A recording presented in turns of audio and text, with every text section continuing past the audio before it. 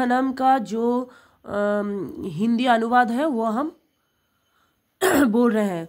जैसे न चौड़हार्य न च राजहर्य न भातृभाज्यं न च भारकारी व्यये कृते वर्धते एव नित्यं विद्याधनं सर्वधन प्रधानम। প্রথমেই বলি, প্রথমে শ্লোকগুলোকে মনে রাখতে হবে, কারণ স্কুলে বলে দিয়েছে যে শ্লোকগুলোকে মনে রাখতে। তোকে যদি বলে দেয় যে विद्याधनम के जो पहला वाला जो श्लोक है বা इसका अर्थ क्या है, তখন তুই তাহলে লিখতে পারবি।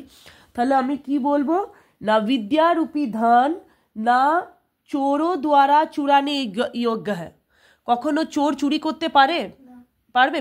বিদ্যা কেউ কখনো কারোর থেকে নিতে পারে না। তাহলে विद्यारूपी धन ना चोरों द्वारा चुराने योग्य है, ना राजा द्वारा छीनने योग्य है, ना भाई द्वारा बांटने योग्य है, और ना भार बैठाने वाला है। यह सच ये की है ना खर्च करने पर बढ़ता है। खर्च माने कि विद्या तुई যত মানুষকে দিবি তত তোর কি হবে, তোর আরো জ্ঞান বাড়বে। তাহলে কি হবে, विद्या खर्च करने पर बढ़ता ही है और विद्या रूपी धन सभी धनों में प्रधान श्रेष्ठ है। তাহলে বিদ্যা কি হচ্ছে, সব ধনের থেকে শ্রেষ্ঠ। তোর কাছে যতই অর্থ টাকা পয়সা থাকুক না কেন, তোর কাছে যদি বিদ্যা না থাকে তাহলে সে কিন্তু মানুষ রূপে গণ্য হয় না। নেক্সট কি বলছে, না বিদ্যা নাম নরস্য রূপম অধিকং प्रच्छन्न गुप्तम धनम विद्या भोग करी यशः सुख करी विद्या गुरुनां गुरु विद्या बंधु जन विदेश गमने विद्या परा देवता विद्या राजेषु पूज्यते ना हि धनं विद्या विहीन पशुहा। এটা মানে দারুণ ইম্পর্টেন্ট মানে লাইন বা স্ট্যান্জাটা। কি বলছে, না विद्या ही मनुष्य का वास्तविक रूप है, यह गुप्त धन है। গুপ্ত মানে তুই বিদ্যাটাকে যত আঁকড়ে ধরে রাখবি, যত মানে রেখে দিবি, ততই তোর কি হবে, তুই মানে মনুষ্যত্ব বোধ তোর ততটাই প্রকাশ পাবে মানুষের কাছে, তাই না? তুই যদি বলে বেড়াস আমি জ্ঞানী আমি জ্ঞানী আমি জ্ঞানী, সেটা কি প্রকাশ পাবে? তাহলে সেটাকে কি করতে হবে, নিজেকে ধরে রাখতে হবে। গুপ্ত মানে নিজেকে ধরে রাখতে হবে। তাহলে विद्या ही मनुष्य का वास्तविक रूप है, या गुप्त धन है। विद्या भोग उपलब्ध करने वाली है तथा प्रसिद्ध और सुख प्रदान करने वाले हैं। विद्या विदेश गमन के समय मित्र है। তুই যদি বিদেশ যাস তাহলে কিন্তু বিদ্যাটা तो प्रचुर काजे लगबे। ताहले विदेश गमन में क्या है के समय मित्र है। विद्या सबसे श्रेष्ठ देवता है। राजाओं में विद्या पूजा जाते हैं व पूजी जाती है, धन नहीं। ताहले कि राजाओं में विद्या पूजी जाती है, धन नहीं। विद्या विहीन व्यक्ति पशु के समान है। जे विद्या जार थाकबे ना से किन्तु पशु समान ताके माना होबे। ताहले काके, जार विद्या नेই। थर्डेरটা কি বলছে, কেউরাহা विभूषयन्ति पुरुषहं हरा न चंद्र ज्वाला न स्नानं न विलोपनं न कुसुमं न अलंकृता। न अलंकृता मान হচ্ছে न যুক্ত अलंकृत। अलंकृत মানে কি, অলংকার বেশভূষা।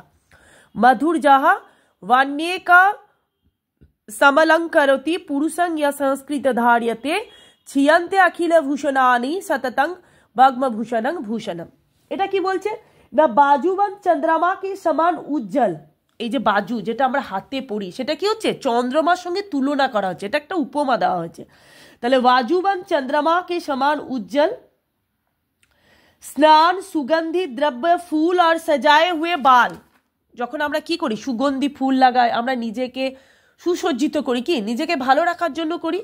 তাহলে আদি মানুষকে সুশোভিত নেই করতে হ্যাঁ।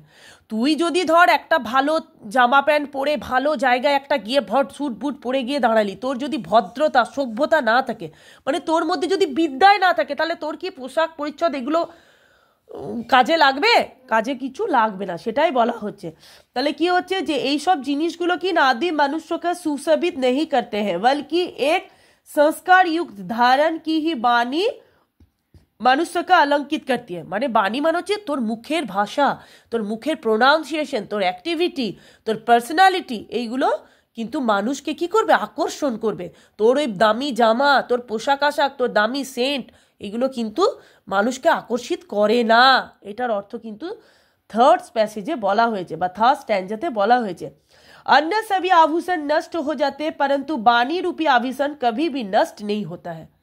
তাহলে কি তোর সমস্ত অলংকার বেশভূষা সেগুলো কিন্তু নষ্ট হয়ে যাবে, কিন্তু তোর বিদ্যা কখনো কিন্তু নষ্ট হবে না, তোর জ্ঞান কিন্তু কখনো নষ্ট হবে না।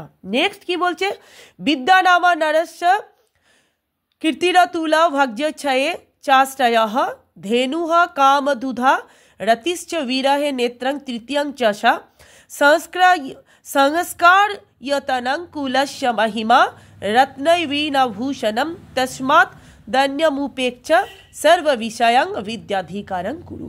এটাও তাই দারুণ বলেছে না, বিদ্যা মানুষ की अनुपम आधार व कीर्ति, ठीक है, बुरे समय में सहायक है। विद्या सभी इच्छा पूरी करने बल्कि काम धेनु है, वियोग में प्रेम के समान है।